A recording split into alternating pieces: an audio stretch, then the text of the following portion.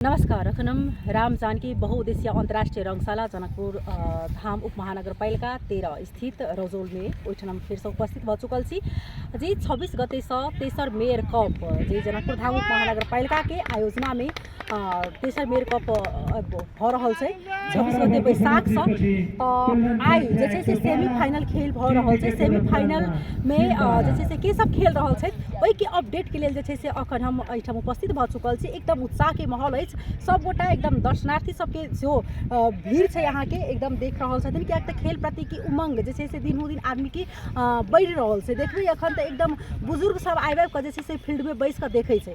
अखन अहाँ के जना कि आई सेमीफाइनल में लखनऊ और मोहतारी खेल के तई में लखनऊ जे से अहाँ के फाइनल में खेलते अखन जे लास्ट खेल जे भ रहल छै से अहाँ के बाड़ा के छै और मुजफ्फरपुर खेल रहल छै। आब एहि में देख रहल छी दुनू गोटा के एकदम भीड़ चोकल छै खेल में कते की प्रतिस्पर्धा छै। तो खास कर खिलाड़ी सबसे सेहो बातचीत करे के प्रयास करब, आयोजक सबसे सेहो बातचीत करे के प्रयास करब, एहिठाम के जे देख आयल छथिन हुनका सबसे सेहो बात लेबे के प्रयास करब। देखै छी जे कि आब काल्हि खेल सकै छै फाइनल में हिनका सबके काल्हि जे छै से फाइनल खेल छै राति 9:30 बजे से। अखन देखा के बाकी है कि फाइनल में के सब जाइ छै। तो अखन एहिठाम अपने सबके दृश्य देखाब, एहिठाम सब के सब बातचीत करे के सेहो प्रयास करब।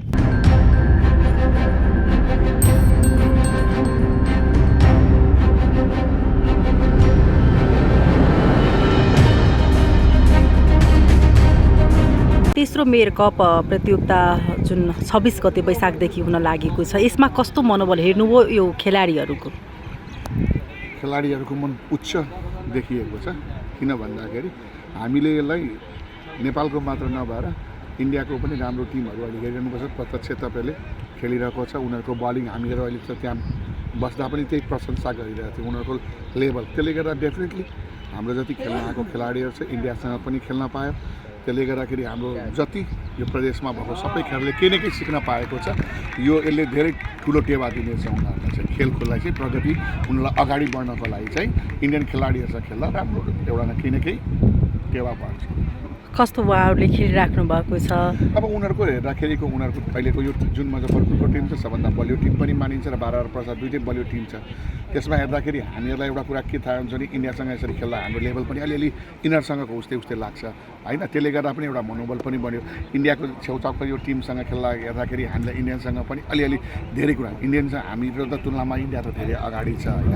त्यस कारण धेरै होइन केही न केही त सिक्न सकिन्छ। किनभने उनीहरूसँग क्रिकेटै मा चाहिँ हामीहरूले साँच्चै विश्वमा नै भन्यो भने क्रिकेटमा त्यहाँ इन्डियासँग कुनै इन्डियाको तुलना नै छैन। त्यसले गर्दा इन्डियन प्लेयर होइन हाम्रा सबके बीच में छै अझै 1200 समीर नेपाल जी आयल छथिन, खिलाड़ी छथिन, उनका संगे बातचीत कर पहले उनका स्वागत करी। हाँ मैथिली में बात करब कि नेपाली में बात भए? इनका संगे नेपाली में बात करब क्या त कनिक भाषा के फरक भ जाय छै। यहाँलाई स्वागत छ, धन्यवाद। यो आजको खेलको लागि तपाईहरु कस्तो तयारीको साथ आउनु भएको थियो? हामी आजको मात्रै नलिम हैन, हामी ओभरअल पुरै खेलको लागि चाहिँ एकदम जित्ने कन्सेप्टमा आएको छौँ। एटलिस्ट योभन्दा अगाडि पनि हामीले फाइनली हाम्रो जितेर गएको हो। योपालि पनि पोजिटिभ भाइब्स इन्टेन्ट राम्रो लिएर एउटा राम्रो टिम लिएर हामी यहाँ छौँ खेल्नको लागि। अभियसली आजको म्याच भन्दा पनि हामी फाइनली जितेर जाने कन्सेप्टमा छौँ। यो सेमी फाइनलमा पुग्नु बाराको लागि कति महत्त्वपूर्ण उपलब्धि हो? हाम्रो लागि सेमी फाइनल भन्दा पनि हाम्रो लागि चाहिँ हाम्रो टिमले चाहिँ बारा चाहिँ लास्ट टाइम डिफेन्डिङ च्याम्पियन भएको यहाँ यसपालि पनि फाइनली जितेर जाउँ भन्ने कन्सेप्ट छ। सेमी फाइनलसम्म त यात्रा हो, आज पनि जितेर भोलि फाइनल चाहिँ लिएर जाउँ भन्ने अपेक्षा राखेको छ। यो तपाईको आजको यो टिमको बलियो पक्ष के छ? हामी दुईटै साइडबाट स्ट्रङ छौँ है। अब वेल ब्यालेन्स टिम छ हाम्रो। जस्तै हामीसँग 3-4 जना हाम्रो जस्तै पवन भाइ छ, साहब भाइ छ, विवेक छ, 5-7 जना हाम्रो जस नेपाललाई रिप्रेजेन्ट गरेर खेलाडीहरू छन् र हाम्रो एकदम ब्यालेन्स टिम छ हाम्रो। यति राम्रो खेलाडीहरू छन् हैन। अहिले हालमै चाहिँ यो आइपिएल को चाहिँ एनपिएल चाहिँ सकेको छैन, तर हाम्रो प्रदेश सरकार खेलाडीप्रति सङ्घीय सरकार ध्यान दिइराखेको छैन। जुन अन्तर्राष्ट्रिय लेभलको एउटा पनि रङशालाहरू छैनन्, कति तपाईहरुलाई गाह्रो र चुनौती भइरहेको छ, के भन्न चाहनुहुन्छ यस विषयमा? त्यसमा चाहिँ नि अब म पोलिटिक्स कुरामा चाहिँ नजाउँ है। रङशाला चाहिँ नि हरेक जिल्लामा चाहिँ हुनुपर्ने हो। अब सबैले चाहिँ नि अब सबैको ध्यान आकर्षण गर्न चाहिँ नि एटलिस्ट जनकपुरमा रोजोल यो राम जानकी अन्तर्राष्ट्रिय पञ्चायत त्यसै गरी वीरगञ्जमा नारायणी क्रिकेट छ ग्राउन्ड छ, अरूतिर हाम्रो बाराको कोलियामा पनि छ ग्राउन्ड। अब सरकारको नजर चाहिँ त्यहाँ चाहिँ जाओस् म भन्न चाहन्छु एज अ खेलाडी, एज अ प्रशिक्षक होइन। त्यो भएदेखि खेलाडीलाई अझ चाहिँ नि खेलाडीहरू निस्किन्थे प्रपर वेबाट, प्रपर तरिकाबाट ग्राउन्ड एकदम एभाइलेबल भएदेखि चाहिँ नि हरेक जिल्लामा, एउटा जिल्ला मात्रै भएर न हरेक जिल्लामा होस्, हाम्रो मध्य प्रदेशको 8वटै जिल्लामा भएदेखि चाहिँ अझ राम्रो। के भन्न चाहनुहुन्छ तपाईँ? अब पोलिटिक्स वेबाट त नजाउँ, म चाहिँ नि भन्छु हरेक जिल्लामा चाहिँ नि सरकारले एटलिस्ट नभए पनि धेरै अरू कुरो त भन्दैन, एटलिस्ट क्रिकेट ग्राउन्ड चाहिँ नि बनाइदिनु पऱ्यो, उपलब्ध गराइदिनु पऱ्यो। त्यो चाहिँ नि मेरो भन्ने चाहिँ नि त्यति मात्रै छ। म विजय चौधरी। हजुर, आजको खेल कस्तो लागिरहेको छ? आजको खेल एकदम रोमाञ्चक, दुई टिम एकदम दिग्गज छन्, मुजफ्फरपुर र बारा दुईटै राम्रो टिम छ र हेर्न एकदम मजा आइरहेछ। तपाईँ कुन टिमलाई चाहिँ समर्थन गरिराख्नु भएको छ? अब नेपालकै मान्छे भएर नेपाल नै हेर्नु, त्यही भएर मेरो बारा जिल्ला र प्लेयरहरू पनि यसमा फेभरेट प्लेयरहरू छन्, जस्तो विवेक यादव, आदिल अन्सारीहरू छन्, शाहब आलमहरू छन्, त्यही भएर बारा जिल्लाको सपोर्टर हुनुहुन्छ। कुन खेलाडी सबैभन्दा यहाँलाई मन परिरहेका छन्? मेरो दुईवटा खेलाडी छन्, विवेक यादव र आदिल अन्सारी। के राम्रो लागिरहेछ दुवैजनामा? दुईटैले जस्तो विवेक यादवले दुईवटा गेम हेर्दाखेरि राम्रो, तिनवटा योभन्दा अगाडिको दुईवटा गेम हेर्दाखेरि दुईटैमा राम्रो स्ट्राइक रेट थियो र हिजो सेन्चुरी पनि हाल्यो, बलिङ पनि गर्छन्, आज पनि राम्रै खेलेछन्।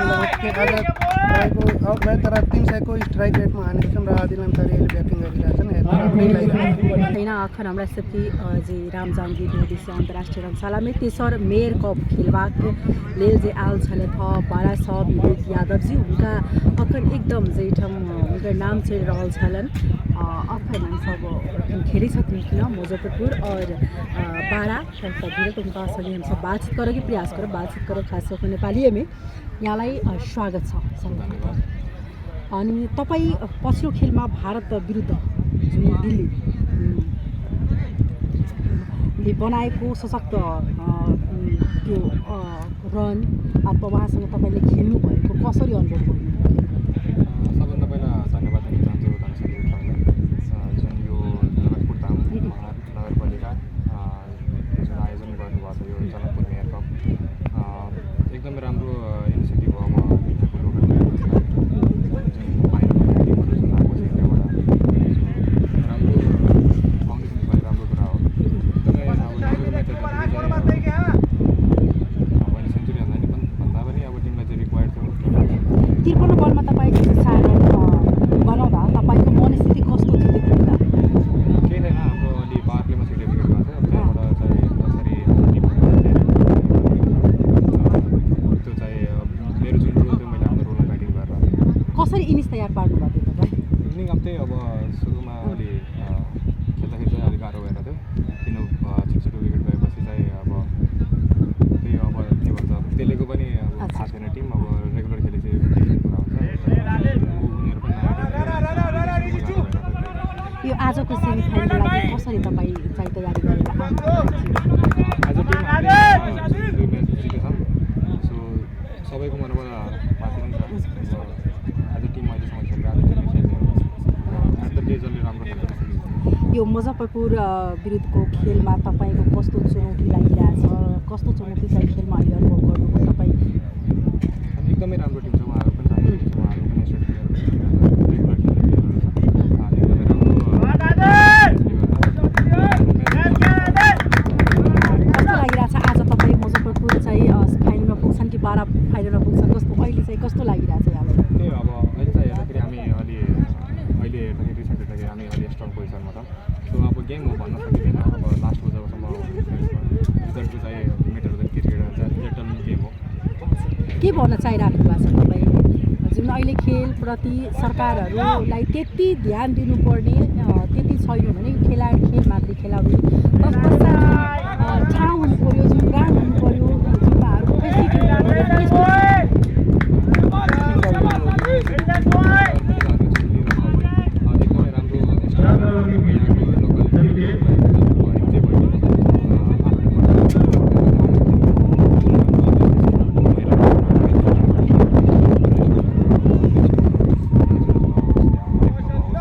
सबै ठाउँमा भएपछि चाहिँ राम्रो लोकल ट्यालेन्टहरू अझै भेट्न